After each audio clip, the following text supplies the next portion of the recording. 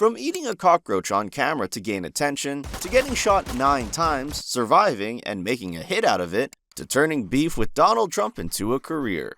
These are the songs that launched rappers' careers, starting with Tupac. Tupac, real name Tupac Shakur, got his start in the music industry as part of the group Digital Underground, initially as a backup dancer, before eventually debuting with a 16-second verse on their track Same Song in 1991. But it was this same year that Shakur, classically trained as a theater actor, whilst on set filming the movie Juice, that he discovered something that would change his life forever. As while reading the newspaper one morning, the 20-year-old read a horrific article detailing a story of a woman who disposed of her child, who was conceived during an assault down a trash chute, and its eventual discovery by a garbage man. Tupac was so shaken by the incident, he used rap as an outlet to share the story with the world, and used this song, Brenda's Got a Baby, as his debut single for his debut album Tupacalypse Now, resulting in Pac beginning his rap career with a number 3 hit. Shakur then went on to international fame, from his music selling 75 million records, proving that hard-hitting, storytelling-focused songs could dominate, to his iconic movie roles before his unfortunate involvement in the East vs. West Coast beef that saw his life tragically come to an end in 1996. Another rapper involved in that same beef was none other than the notorious Biggie, a Brooklyn native who was discovered when magazine The Source wrote about Biggie in their unsigned hype column, which was subsequently read by a certain Sean Diddy Combs. Combs, who had just left Uptown Records to form his own label Bad Boy, got to work intricately studying and breaking down what was working in the scene, which all led up to the moment that Biggie blew up. Juicy. Biggie beautifully flows through his entire life story, starting with "It was all a dream," and sharing with the audience everything he went through to get where he was now. But it wasn't just the song that was successful, because the album it was released on, Ready to Die, went diamond. And although Biggie's life, just like Tupac's, was cut way too short, Juicy will forever be a song we can all relate to. Speaking of beef, before Kendrick Lamar decimated rival Drake on stage at halftime of the Super Bowl, he was just a kid from Compton, Los Angeles, trying to turn his dreams into reality. And by the late 2000s, he had done that. His debut album, studio album, mixtape, LP? I can't actually figure out what it was, so help me out in the comments, please. Section 80 not only saw Lamar build a cult following, but get co-signed by Dr. Dre and sign a joint label deal with Aftermath and Interscope. Sounds like a great career so far, right? Well, in 2012, it got even greater, because Kendrick would drop Swimming Pools, the lead single for his new album, Good Kid, Mad City, and man, did it propel him into the mainstream. Due to the song having elite production, an addictive hook, it quickly became a party anthem, which is ironic, as the song is about alcohol and its destructive nature. But unlike everyone who was getting down to his song, Kendrick Lamar's career just kept rising. The mainstream success of Swimming Pools as a lead single saw the rest of Good Kid, Mad City also receive similar levels of success, spending an insane nearly 5 consecutive years on Billboard's Top 200 Albums list, and even saw Kendrick nominated for a Grammy. However, Lamar still wasn't done. Albums To Pimp a Butterfly and Damn saw similar levels of musical domination, and his destruction of Drake during their 2025 beef now sees, at least in the eyes of most fans, Kendrick sitting atop the rap game as its current greatest artist. Say Drake, I hear you started in television? Yeah, that's right. Drake, real name Aubrey Drake Graham, much like Tupac, began his career outside of the music industry as a teenager in the Canadian television scene. But he wanted more than just to be an actor. So, Aubrey began building buzz with his music online, and his unique sound, more melody-focused rather than hard-hitting bars, saw megastar rapper Lil Wayne sign him to his new label, Young Money, and the pair got to work at starting Drake's music career with a bang, dropping mixtape So Far Gone in 2009, and it was track 10 that changed everything. Best I Ever Had was an instant hit, shooting all the way up to number 2 on Billboard's Hot 100, Drake's first time ever cracking the top 10. However, it wasn't the last time this would happen, cause since then, Aubrey Graham hasn't just appeared in the Hot 100 a couple more times. No, he has the most Hot 100 entries of all time, with over 361 songs charting, 81 hitting the top 10, and 13 going number 1. It's left a lot of rap fans saying, "You the best." In fact, Drake is so big that he didn't just launch his own career. but he's helped propel countless other artists, including our next group, Migos, into the mainstream. Before Migos was Migos. Three cousins, Quavo, Offset, and Takeoff, came together and birthed what is now known as the triplet flow. Combined with their signature production and elite ad-libs, Migos was quickly rising in the Atlanta scene, especially thanks to their Zaytoven-produced single, Versace. But when Drake hopped on the remix, Migos went from underground to taking off overnight. While Versace only peaked at number 99 on the Billboard Hot 100, the rise from where they were to being on the charts was truly meteoric. However, it just got even crazier. Not only did Migos go on to have massive commercial success, but their triplet flow is responsible for a lot of modern rappers' careers. And even though the group hasn't produced anything as a trio since 2021 and the tragic passing of Takeoff in 2022, it's still impossible to escape their signature triplet flow. Now imagine you're an aspiring rapper who's not only signed to a label, but is beginning to build some real hype. However, when presented with the beat which would change your life by an 18-year-old Swizz Beatz, you turn it down? Well, for DMX, real name Earl Simmons, this is exactly what happened. Because after a horrific fatherless childhood, in which his mother would routinely beat him, DMX found safe haven in the New York streets and comfort around animals, specifically dogs. Simmons would then develop a love for the art of rap, an outlet where he could navigate his pain, and even trained his pit bull to bark on command for live ad-libs during rap battles. But it was ultimately Earl's unique tone and raw writing which saw him signed to labels Rough Riders and Def Jam, resulting in him being presented a very simplistic instrumental by producer Swizz Beatz, which is why DMX initially passed on it, as he felt the beat was too basic, and while he eventually accepted it, he only spent 15 minutes writing as he thought the instrumental wasn't worthy of deep introspective bars. Yet the scaled-down version of his talent would actually go on to change his life, cause when Rough Riders anthem dropped, DMX's career took off. The simple beat allowed for his catchy lyrics and pitbull ad-libs. What's Mr. 305, Mr. Worldwide, back at it again and let you know. No, not you. To shine, giving his upcoming album, It's Dark and Hell is Hot, the momentum it needed to debut at number 1 and go 4 times platinum. A feat that he repeated 4 more times on his following albums, making him one of the brightest stars to ever pick up the pen. Speaking of all-time greats, Marshall Mathers, better known as Eminem, developed his skill the old-fashioned way, getting cooked in Detroit's battle rap scene. However, with every failure, Mathers only gained more and more experience. And the thing is, he never stopped showing up. However, unlike some other artists on our list, it wasn't releasing his own music that saw Marshall gain recognition. No, it was something else. The 1997 Rap Olympics. While Eminem would finish as the event's runner-up, his incredible freestyle disses of his competition and the complexity of his bars off the top of his head caught the attention of a certain someone in the crowd. Cause an intern for Interscope Records was so impressed, he waited around to get a cassette from Eminem before handing it to his boss, Jimmy Levine. However, Jimmy thought nothing of it, stashing it away in a box. But when a certain Dr. Dre, the co-founder of Death Row Records, the label responsible for artists such as Tupac, discovered it, Eminem's life took a shocking turn. As once Dre pressed play, he was shocked, immediately inviting Marshall for a meeting, before bringing him to his home studio and playing him a beat that changed hip-hop forever. Hi, my name is what? Within minutes, Eminem had crafted the lead single, My Name Is, for his album, The Slim Shady LP. With the track dropping shortly after My Name Is, not only climbed to number 36 on the charts, but saw Eminem win a Grammy for Best Rap Solo Performance in the following year. Talk about a debut. However, Marshall Mathers wasn't done. 15 Grammys, 8 American Music Awards, and an Academy Award later, Eminem is considered by many as the greatest rapper of all time.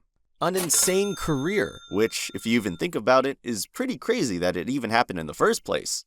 Cause imagine, if that intern wasn't in the crowd on that fateful night in 1997, Eminem is who? Eminem is what? Seriously, who is this guy? Yet, not every famous rapper follows the same path. Some actually never get signed to a label, just like our next artist, Jay-Z. Because while Jay, real name Sean Carter, was coming up as a rapper in Brooklyn, labels kept overlooking him. So, Jay-Z did what anyone would do. Kept grinding. No, he started his own label, Rockefeller. Problem solved, right? Well, that depends on what the problem is, because his debut album Reasonable Doubt was loved locally, but ultimately slept on by the mainstream. However, 2 years later in 1998, after taking a sample from one of his favorite childhood TV shows, Annie, Jay-Z dropped single Hard Knock Life. But instead of opening this song like every other hit on the charts with lyrics, drums, or some producer tag, Carter opted to begin with children singing. A sound so different that it not only saw Jay-Z finally crack the mainstream, but go on to win a Grammy off of that thing. But if you thought that was crazy, the rest of Jay-Z's career was even more insane. Because Jay didn't just win one Grammy, he won 25. And he also sold hundreds of millions of records. Yet, he didn't just dominate music. No, he dominated everything. Fashion, alcohol, and sports, which saw him becoming hip-hop's first billionaire in 2019. I wonder how those labels who passed over Jay-Z feel now. Talking about insane stories, our next rapper, Kanye West, didn't actually start out behind the mic. Rather, his story begins behind a drum machine. Because West got a start in the industry as a producer, most notably helping Jay-Z craft what is arguably his best album, The Blueprint. However, while Kanye loved making beats, he didn't exactly love making them for other people. No, he wanted to rap over them himself. But every time he tried to get his foot in the door as an artist, everyone just said, "Hold up, you're a producer, you can't rap, play me a beat." Yet, a tragic car accident would change everyone's opinion. Because in 2002, West nearly lost his life behind the wheel of his Mercedes-Benz, only escaping thanks to a safe belt. However, Kanye had fractured his jaw in 3 separate places, and his mouth was wired shut. But it was ultimately this tragedy which changed hip-hop forever, as while laying in bed recovering and listening to Shaka Khan's Through the Fire, West's mind was racing. He grabbed his drum machine, got to sampling, and begged his friends to bring his recording equipment into the hospital room ASAP. Which confused them? Because making beats with your mouth shut is one thing, but what's he going to do with a mic? Well, just days later, Kanye would produce single Through the Wire, where West literally rapped through the wires that had his mouth clamped shut, and the song was so incredible, it knocked all the doors down that had been slammed in his face all his life. Peaking at number 15 on the charts, staying in the top 100 for 21 straight weeks, and winning Video of the Year shortly after at the Source Awards. Yet what came next truly shocked the hip-hop world. Kanye's debut album, The College Dropout, went triple platinum, won West Grammys, and the rest of his career saw him become one of the most culturally influential artists of all time. But 24 Grammys and 160 million sold records later, Ye, as he is now known, is unfortunately more recognized for his controversies rather than his incredible talent. Speaking about rappers who have had run-ins with presidents, our next rapper, Mac Miller, was almost sued by Donald Trump. But why? Well, before Trump was the leader of the free world and Mac Miller was a platinum rapper, Mac was just a kid from Pittsburgh who was making mixtapes in his room and releasing them on YouTube for the world to enjoy. While songs like Kids and Best Day Ever got some traction, Miller was far from a mainstream artist. But in 2011, thanks to his new song Donald Trump, that quickly changed. And no, Trump wasn't featured or anything like that, although that would have been hilarious. Look at all this money. Ain't that some shit? Take over the world when I'm on my Donald Trump shit. Instead, Miller crafted a hit focused around what every rapper talks about, money, and used Trump's name, who at the time wasn't a politician, but a famous business mogul most well known for his signature line, "You're fired," as Mac's way of saying, "I'm rich, like Trump." However, what happened next shocked Mac Miller, because the song not only hit the top 100 charts, peaking at number 75, but propelled Miller into the mainstream and into the crosshairs of Donald Trump himself. Trump would tweet about who he called Little Mac Miller a lot, calling him an ungrateful dog, and wanting to be paid royalties for the fact that Miller used his name in the song. Yet, Mac Miller didn't panic or sound the alarm. Instead, he hilariously sent Trump the gold plaque he received for the song selling 500,000 records. And after it reached hundreds of millions of YouTube views, Trump eventually gave up. But this back and forth only saw Mac gain further fame. And over the years, his public growth as an artist, going from rapping about a business mogul to dissecting his personal struggles with mental health and substance abuse on albums Swimming and Circles, is what ultimately won millions and millions of fans over. However, Mac Miller wasn't the only rapper on this list who grinded his way from bedroom to commercial success. Because growing up in Fayetteville, North Carolina, Jermaine Cole moved to New York after high school to attend St. John's and pursue a career in music. Initially grinding away in his Queens bedroom, producing under the name Blaza or Therapist, before showing up with a CD of instrumentals outside of Jay-Z's studio, only to be turned away. So he used those beats to create his own mixtape, The Come Up, and then later releasing single Lights Please in 2009, which ironically achieved what it had said in the name. Because once the man who turned him away heard the track, Jay-Z immediately called up Cole, and Jermaine was signed that evening to Jay's label, Rock Nation. Talk about turning on the spotlight. But it wasn't all sunshine and rainbows for Jay, as Cole would go on to drop 2 mixtapes, The Warm Up and Friday Night Lights, after his signing. However, while they did find some success, Jermaine was yet to achieve the full potential Jay-Z saw in him. But after 2 straight years of grinding with his idol, the pair decided to lead his debut studio album, Cole World, the sideline story, with single Workout, a decision which changed J. Cole's life forever. Workout would climb all the way to number 13 on the Hot 100, and eventually go double platinum, opening the door for commercial success Cole had been dreaming of whilst being laid on rent staying in Muhammad's crib. Because every single studio album he put out from that point would go number 1. His 2014 album Forest Hills Drive went platinum with no features, and J. Cole would later win a Grammy for song A Lot. Now imagine almost getting murdered, being shot 9 times, surviving, and then turning it into a career-defining moment. Well, before Curtis Jackson, better known as 50 Cent, literally did all of that, he was just another kid from Queens, New York trying to make it out. But after gaining some initial buzz with single How to Rob, the attempted murder which spawned the song Many Men saw labels turn away from Jackson, perhaps being afraid of getting caught in the crossfire if they worked with 50. So, desperate to achieve his dreams, Curtis did it the old-fashioned way. Mixtape after mixtape after mixtape, and just like Eminem, a certain Dr. Dre heard what 50 was spitting, instantly falling in love. But the story just gets crazier, because shortly after signing to Aftermath Entertainment, 50 Cent would drop Into Club in January of 2003, and it took off, sitting at number 1 on Hot 100 for 9 straight weeks, eventually going diamond and introducing Curtis Jackson to the scene like a WWE villain. Yet, 50 Cent wasn't done.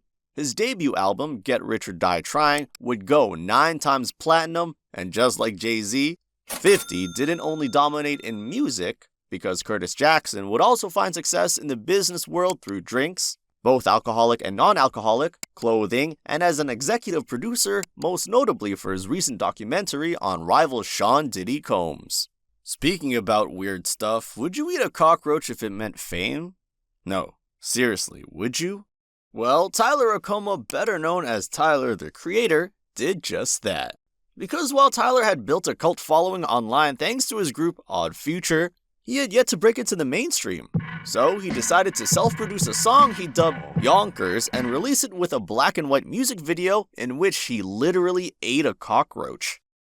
However, while it was disgusting, maybe Tyler liked it, who knows, it achieved exactly what Tyler the Creator was hoping for. The video went nuclear, and Yonkers won Best New Artist at the 2011 MTV VMAs, pushing the former internet weirdo into the mainstream. But the craziest part about all of this is that Tyler is truly talented. While his initial success was thanks to shock value, his maturity and exploration of his skills set over the years would see his 2019 album Igor win Best Rap Album at the Grammys, proving that he is one of modern rap's most gifted artists. But not everyone needs to eat a bug to generate buzz. Because when listeners found out just how young super gifted rapper Dwayne Michael Carter Jr., or better known as Lil Wayne, was when he signed to Cash Money Records, they were shocked too. Because at just 14 years old, Lil Wayne was really living up to his name. And while he was initially just a part of the group Hot Boys, Dwayne knew he was destined for future success, sharing in song I Feel like when 2000 come it'll be all about Wayne. However, his success didn't come in 2000, because at just 17, in 1999, Lil Wayne would drop his lead single, The Block is Hot for his debut album titled the same thing. The signature New Orleans beat and hook from prominent rapper Birdman plus Wayne's insane talent shocked rap audiences, leaving everyone thinking there is no way that this kid is that good at this age. Cause The Block is Hot went on to crack the top 5 on both the R&B and rap top 100 charts. The album went platinum, and Lil Wayne was a national sensation before he could legally drive. But the insanity didn't end there. No, it just got even crazier. As after turning his 4th studio album, The Carter, into a series in which the 3rd sold over 1 million copies in a week, Grammys started to pile up on his desk like invoices. And the insane mixtape run he had, even though he was the smallest rapper in the game, no one could stop anything Lil Wayne put out. Yet, he didn't just succeed lyrically either, cause Wayne would go on to found label Young Money and help launch the careers of rappers such as Drake and Nicki Minaj, literally shaping the industry as an artist in the 2000s, and then with his label in the 2010s. While Lil Wayne got a start super early, our next rapper was literally raised in the genre. Cause Future, who originally went by the stage name Meathead, was cousins with Rico Wade, a legendary producer from Atlanta, who got him started in the industry with the group Dungeon Family. While Meathead eventually left this group, it was a part of another collective, The Connect, where fellow rapper G-Rock dubbed him The Future, giving us the name we all know him as by today. However, Future never found much commercial success as a group artist. In fact, it wasn't until 8 years into his career where he found some real buzz, cause the release of single Tony Montana saw Future gain some serious traction within Atlanta, and once Drake jumped on the remix, the local interest became national curiosity. Yet Future wouldn't go on to just dominate in his home state, cause what followed is one of the most insane rap careers of all time, as Future combined the Atlanta sound with real substance behind his lyrics, resulting in songs like Coding Crazy going triple platinum and his albums, Future and Hendrix, coming in at #1 in back-to-back weeks in 2017. Imagine following up a #1 album with another #1 album the following week. Now, if you thought that was insane, our next artist, the Kid Laroi, was topping charts before he could even drive, which is exactly why he got labeled as an industry plant. But is he really one? What about other rappers like Four Bats, Doechii, or Tommy Richmond? And what even is an industry plant? Well, to find out more about every rap industry plant, click the video on your screen right now.